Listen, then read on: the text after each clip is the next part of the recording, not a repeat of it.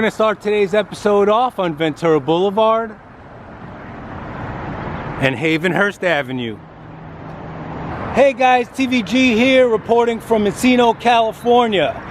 As of today's recording, it's April 15th, 2023 at around 7 a.m. In today's episode, we're going to be focusing on the American singer, songwriter, and dancer and philanthropist, dubbed the King of Pop, the greatest performer of all time, Michael Jackson. Born in Gary, Indiana on August 29th, 1958, and he died right here in Los Angeles on June 25th, 2009, which made him 50 years old at the time of his death. He died of an overdose of medication, sleeping pills, mixed in with benzos, and the main contributing factor to his death was an anesthesia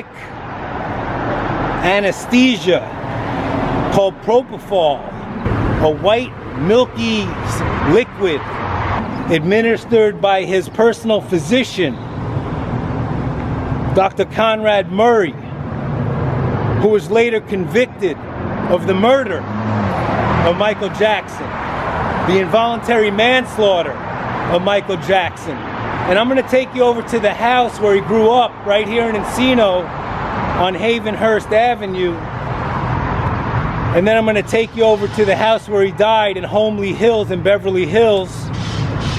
And then I'm going to take you over to the courthouse downtown Los Angeles where they tried and convicted Dr. Conrad Murray for the murder of Michael Jackson.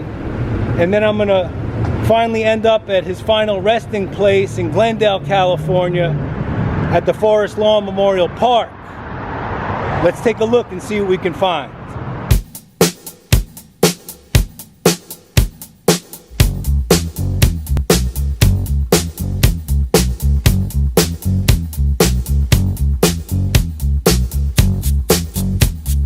Okay guys, I'm outside the house in Encino, California. This is the San Fernando Valley. It's in Los Angeles County. And this is the house that Michael Jackson grew up in from the early 70s. Right there, guys. That's the Jackson compound in Encino, California. As you can see, it's behind gigantic gates and has a lot of security. And it goes all the way in the back. This is where, in the 1970s, Joe and Catherine Jackson moved their family into this house after they had a hit TV show before anyone even knew anything. They had a hit TV show back in the late 60s. And that's when he moved their family into this compound in the early 1970s. This was their first house in California. Joe and Catherine had 9 children. They had Rebby, Jackie, Tito, Jermaine, Latoya, Marlon, Randy, Janet, and Michael Jackson. 9 children. And they all lived here. And later on, Janet was on TV. They all had their own careers. They were so successful. This family was so talented. They've owned this house from the early 70s until today. So that's over 50 years. And they have a recording studio here. All the demos for Thriller and Bad were recorded here. And his son keeps the recording studio in the condition it was in original condition. His father would be proud of him. They keep memorabilia and all the instruments and different equipment from the original days when Michael Jackson did recording in their studio. And he lets people go in there during events. And he's just a special kid. I think Michael Jackson would be really proud of his son. And every year they have a Halloween event, the Thriller party, in honor of Michael Jackson. And they have the party here once a year. It's gigantic. And everyone from around everyone from around the area comes, and it's a big deal. It's a big event, and it's really a lot of fun. I've heard about it. And Joe Jackson, I mean, he was a tough guy, you know. He's known for keeping these kids in line, you know. But he had to do what he had to do. He had 9 children.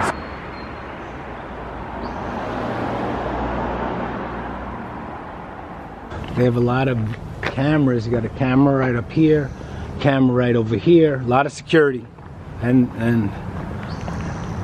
it's justified. Let me tell you, when you're a celebrity in this area, you definitely need gates like this and security cameras. That's the only way to do it out here in Los Angeles if you have any type of celebrity. I'm going to take you over to Holmby Hills, adjacent to Beverly Hills. That's where Michael Jackson died of the overdose, was murdered by his personal physician, Dr. Conrad Murray. The house that he died in, the death house, the death location. Let's continue. In the one who would dance on the floor and around. People always told me, be careful what you do. Don't go around breaking young girls' hearts. And mother always told me, be careful who you love. And be careful what you do. Cause the lie becomes the truth. Hey, the bitter cheese, like my love. She just a girl.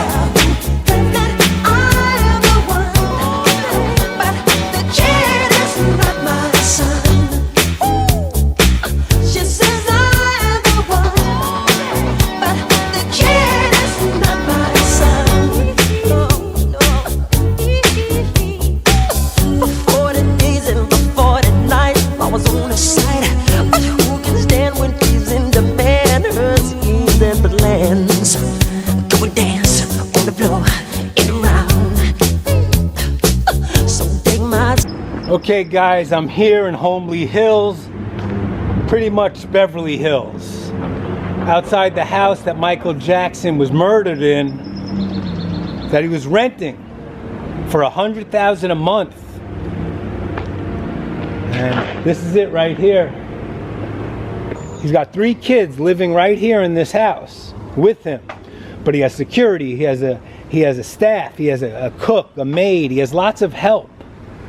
But he has 3 kids here. And Michael Jackson had been suffering with sleep disorders, self-professed sleep disorder, and he was going around town in Los Angeles looking for nurses and doctors that would help him out. And he exhausted all his avenues. No one wanted to mess with him anymore. You got to understand, when you perform at that high level that he did, and he signs a contract and he has to show up at a certain time and perform, and he was a perfectionist, so he had to give it his all. He wasn't just going to phone it in. So he had a sleep problem, so he needed to get to sleep so that he could show up at the show the next day. And after a while, it just got to him. He couldn't keep up with the schedule, sleeping and getting to each event and giving it his all. So he started to rely on medication, sleeping aids. And he went through Xanax and all the different sleep medications, and nothing worked for him. The addiction will creep under your door and snatch you by the neck and won't let go. And that's what happened to Michael Jackson. Not only was this an involuntary manslaughter, a murder of Michael Jackson, this was a first-degree premeditated murder of Michael Jackson, and I could prove that to you. He met Dr. Conrad Murray in Las Vegas in 2006 because one of his kids got sick, and one of his security guards on the security detail knew Dr. Conrad Murray. So they introduced him to Michael Jackson. And within 3 years of knowing this guy, Michael Jackson's dead. So in 2009, he calls Dr. Conrad Murray to be his personal physician on a tour to London. And this would be Michael Jackson's last tour to London. He eventually had to resort to working with Dr. Conrad Murray, who wasn't even licensed. He wasn't a licensed board member. And Michael Jackson had coerced him and manipulated him into telling him how much the kids love him and how great he is and how, you know, he's the perfect man for the job and he loves them and all this other stuff. Michael Jackson had no one to turn to, nowhere else to go. He already exhausted all his avenues. So he tries to cut a deal with this guy, this dirtbag, this piece of crap that calls himself a doctor. He invites Dr. Conrad Murray into his home, which was a deadly mistake. But when you're a drug addict and you're in decline and you've exhausted all your resources and you have nowhere else to turn, enters Dr. Conrad Murray. It's a perfect storm.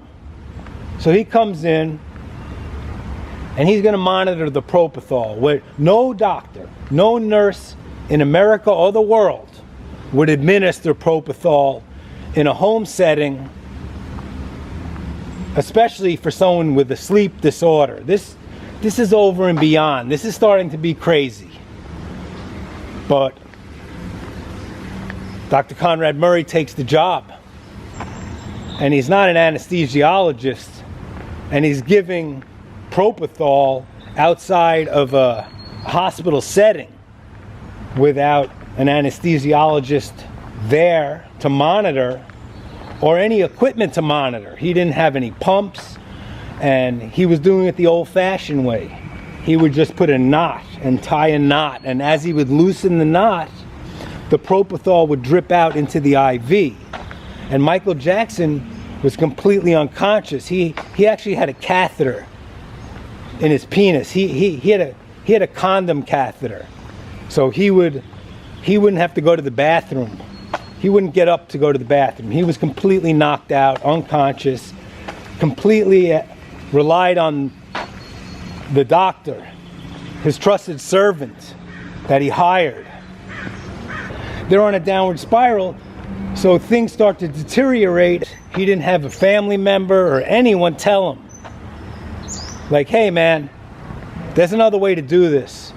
This is getting a little crazy. This is getting a little too much. You know, you're putting your life at risk here. Like, stop the crap already. Enough is enough. Quit the shit. But he couldn't. Just like all drug addicts. He's been warned now. Michael Jackson was warned that you don't take propofol in a home setting by nurses and doctors, and he wouldn't listen. Michael Jackson needed somebody to help him out. He had problems. This guy is a piece of crap. This guy had 7 kids from 6 different marriages, and he had delinquencies on his mortgages, and he had debts, and he had a lot of problems, spousal support problems, and all types of problems. This guy is no good, man. This guy, you don't want this guy in your house or around your children or anyone, okay? And what happened was they had a problem with the finances in this situation. And Michael Jackson wanted to go to London. He signed a contract. And as usual, he gives it his all. So he's expected to do the best and the great performance that he normally does. And that's the type of person he is. He's going to give it his all. If he signs that contract, he's going to give it his all. And so he wanted to do this. He thought this was his payday. He was on his best behavior with the kids. He did nothing wrong. He's in a position Michael Jackson really needs him for this show. And the show can't go on without him. He's the only doctor in the world that's willing to do this insane, crazy procedure in a home setting that's unheard of. No doctor would ever do that. So it became a domestic violence. It became a domestic situation between two friends who were trying to help each other. Then it became financial. And Conrad Murray felt slighted because he asked for $5 million and then one person got burned. And Michael Jackson was so deep in his addiction, he didn't realize that I just screwed over my doctor, my personal physician, Dr. Conrad Murray, and he's gonna retaliate. He's gonna take revenge on me, and I had no idea. And that's what happened. Conrad Murray was slighted the money, and he needed the money bad. The type of lifestyle he had, he couldn't keep up. He was in the fast lane. He needed money fast. He couldn't wait another 3 years and end up in the same position that he was in then. He needed the money now. This was his payday. And Michael Jackson said, no, you're not getting it. You're only getting $150,000. And he couldn't get out of debt with that.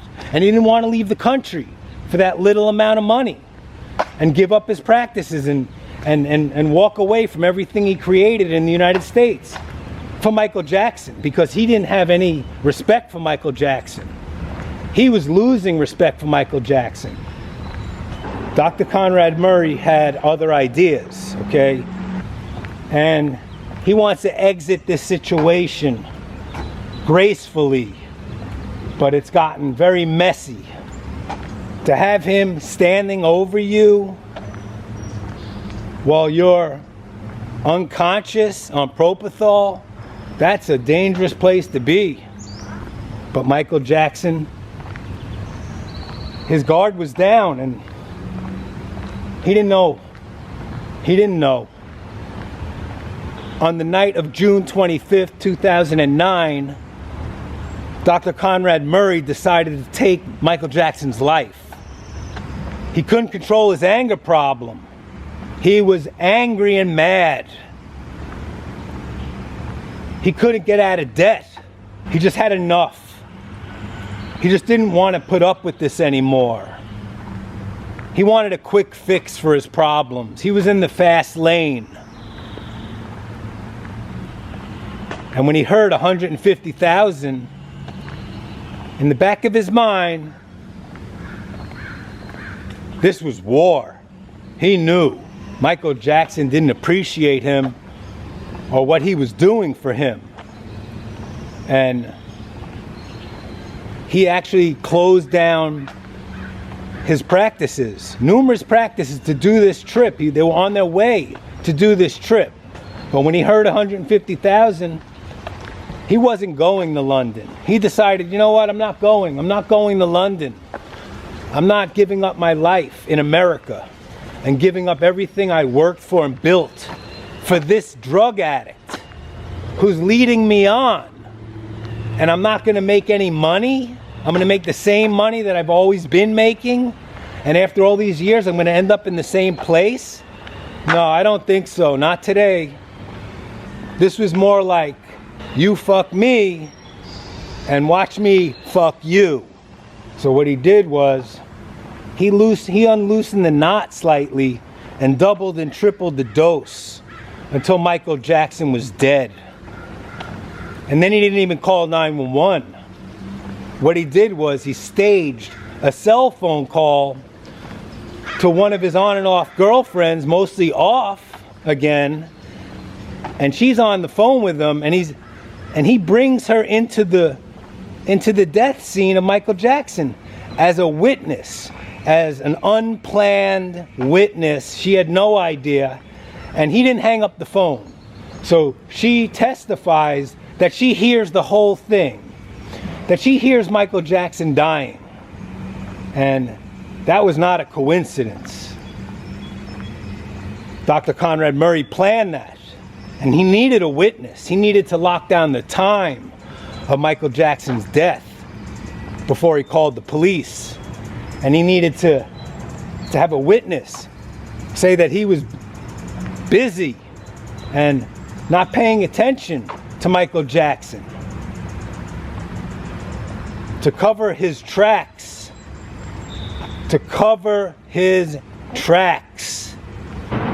And on the night of June 25th, 2009, all hell broke loose. And chaos was everywhere. And Michael Jackson was found dead. And the paramedics came, and it took them 45 minutes. And he actually died here, but they took him to the UCLA Medical Center where they pronounced him dead. But he was already murdered. He was killed here. Dr. Conrad Murray was not letting him leave here alive. No way. Conrad Murray stalled the whole time so no one could get him to the hospital. He did everything as slow as possible. He tried to dispose of evidence. He tried to hide everything. He called the assistant instead of 911. He didn't even tell the paramedics that he was using propofol. He didn't even tell the emergency doctors that he was using propofol. He kept that a secret, a lie. He tried to cover it up. Dr. Conrad Murray is a piece of shit, a piece of garbage. I would never listen to that guy. Everything that comes out of his mouth is a lie. He's the exact person that you read about, that you learn about, that you don't let into your home, that you don't let around your family. The moral of the story is to learn how to take care of yourself. Learning how to take care of yourself is a skill, not needing another person. And he took Michael Jackson's life on purpose, intentionally. But we just couldn't prove it in court. So we took what we could. We took the involuntary manslaughter, but we could have easily convicted him, in my opinion, of a first-degree premeditated murder charge. For some reason, they decided to go after involuntary manslaughter, which is the lowest murder charge that you could possibly give somebody. And we have major evidence on Dr. Conrad Murray that this was an intentional premeditated murder of Michael Jackson, because he couldn't control his anger and he didn't want to go to London. The money wasn't right. And in that one split second, he doubled and tripled the dose and killed Michael Jackson on propofol. And he's the only one that could have done it, because the amount of milligrams in his body could have killed hundreds of people. And it took hours for it to drip through the IV. There was no self-injection, there was no pills, his stomach was empty. So it had to be Conrad Murray, Dr. Conrad Murray, and it had to be on purpose, intentional. First-degree premeditated murder. And we had him, and you let him go. We had this piece of shit. We had him for first-degree premeditated murder, and you let him go. Why'd you let him go? Piece of shit. Okay, guys, I'm gonna take you now downtown Los Angeles to the courthouse where Dr. Conrad Murray was charged with the murder of Michael Jackson. Let's continue. So take my strong advice. Just remember to always think twice. Don't think twice. She told my baby there's 3. And she looked at me, then showed a photo. Baby cried, his eyes were like mine. Go and dance on the floor in the round, babe. People always told me, be careful what you do. Don't go around breaking young girls' hearts. But she came and stood right by me. Does I smell a sweet perfume? This happened must be soon. She called me to her room. Hey, the Billie Jean's not my love. She just a girl who claims that I am the one. But the kid is not. Okay, guys, I'm here. I'm on Temple and Broadway in downtown Los Angeles. This is the courthouse. Los Angeles Superior Court. This is where Dr. Conrad Murray was found guilty of the murder of Michael Jackson. Involuntary manslaughter. This is a famous courthouse. This is where the O.J. Simpson trial was. This is where Phil Spector was tried. This is where Suge Knight was tried. This is where the CeeLo Green and the Roman Polanski trial was. And this is where Conrad Murray was convicted of the murder of Michael Jackson in 2011. And the district attorney was incredible. I watched the trial. They were amazing. But we had him. We had him on the run. We had a great case. Great prosecution. We had an incredible team. And they had incredible expert witnesses regarding Propofol, and they could have buried him alive. We had him. But for some reason, they chose not to go after premeditated first-degree murder. I think Michael Jackson was sold short slightly on that one. And they could have went after him for first-degree premeditated murder, but he was Michael Jackson's personal physician. He let him into the house. He was working with him, so it's very difficult to prove. So we went after him for involuntary manslaughter and we got a guilty verdict. But he only spent a year or two in jail. And now he's out. He's the sickest guy I've ever seen in my life. He's a nutcase. He's the worst of the worst. But at least we got him. At least we got him. Okay guys, I'm gonna take you over to Glendale, California, to Michael Jackson's final resting place at the Forest Lawn Memorial Park. Let's continue.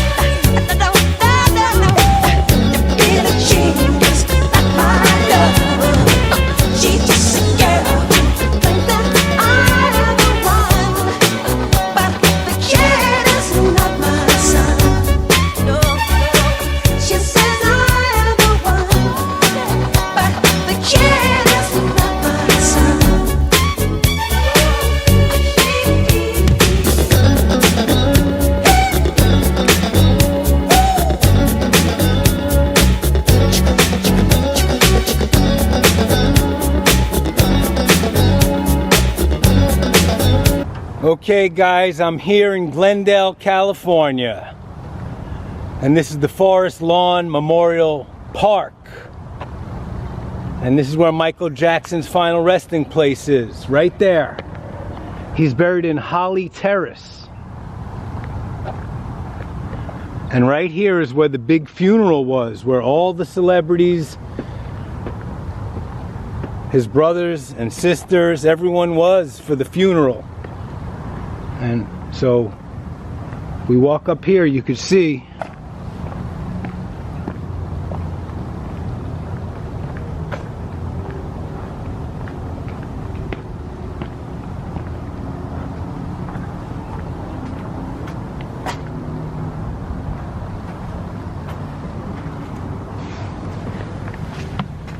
all this is for Michael Jackson. Love from Global MJ Group. Happy Easter. This is all from Michael Jackson for Easter. And of course his sunflowers that he loved so much.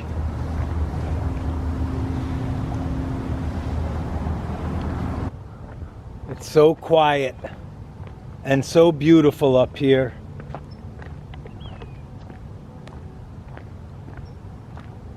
It's like a little castle. He's got a castle, his own castle up here. I mean, I think this is the nicest part of the entire cemetery, and it's gigantic. This is a gigantic cemetery. But I do believe this is the prettiest building. I mean, this is gorgeous. So I'm going to take you around the back of Holly Terrace because Michael Jackson was buried all the way towards the back, towards the wall. So if we walk around to the back of Holly Terrace, and I'm going to take you as close as possible to where his final resting place is.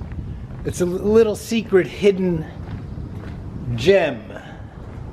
I'm going to show you the closest spot. A secret place that only his top best fans know about. Because he was buried right there, guys. See that? That glass, stained glass. This is Holly Terrace, so this is the back. I was just in the front, now I'm in the back. Right here, that stained glass, this stained glass. And that one, he's in the middle right here. And I'll show you, if you walk in through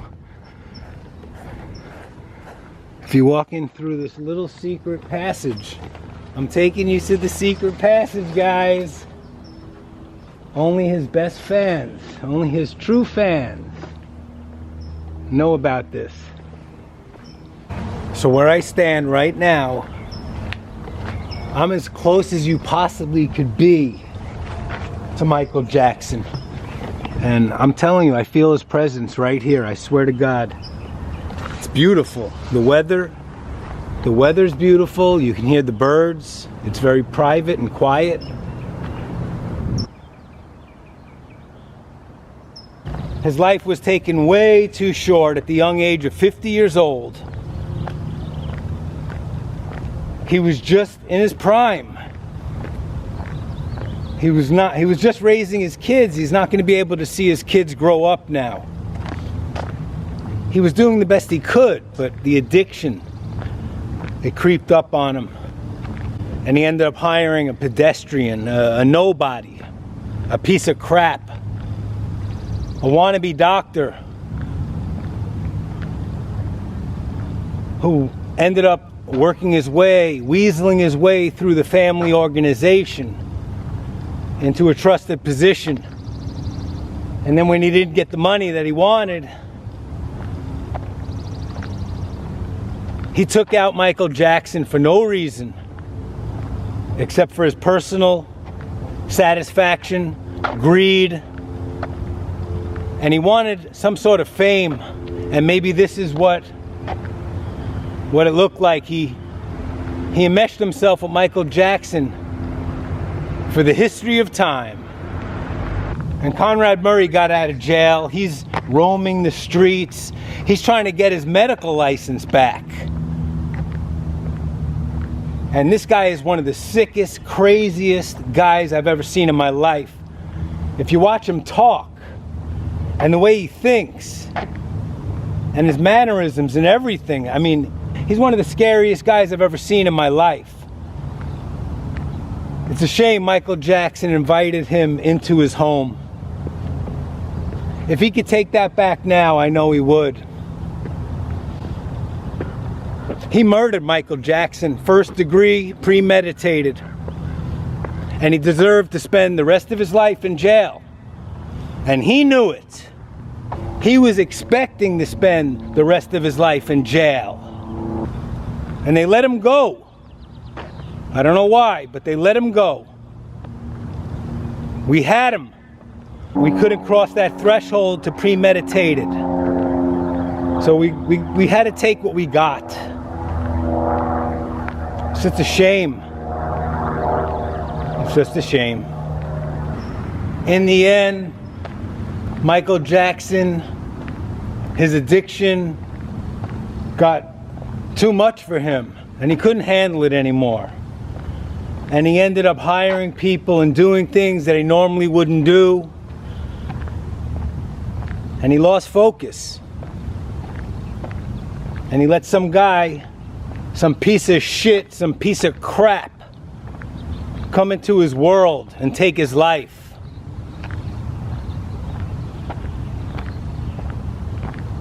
He will be truly missed. He was a special performer. I don't think there'll be one quite like him ever again. And this is Michael Jackson's final resting place. The greatest performer to ever have walked the face of this earth. He sang from the heart and soul. He was the real deal. He dug down deep every time he performed. He was a special performer. I mean, they say there'll never be another. They say there'll never be another. But now he has a son. His son is up and coming. His son might be the next Michael Jackson. His son, his youngest son, Blanket Jackson, they say looks just like him, and he can dance and sing, and he has the talent. Can you imagine if Blanket Jackson becomes the next world superstar? Unbelievable. So let's keep our eye out for Blanket Jackson. Rest in peace to the greatest performer of all time. People always told me, be careful what you do. Don't go around breaking young girls' hearts. But she came and stood right by me. To the smell of sweet perfume. This happened pretty soon. She called me to her room. Hey, the Billie Jean's not my love. She's just a girl who claims that I am the one. But the kid is not my son.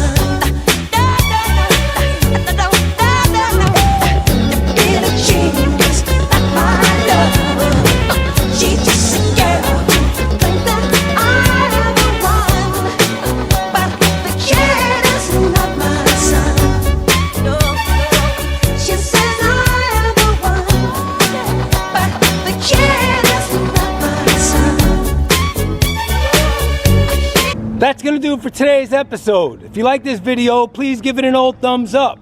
Subscribe to the channel if you're not already, and share it with a friend if possible. Thanks for watching, I really appreciate it, and I'll see you in the next one. TVG, out.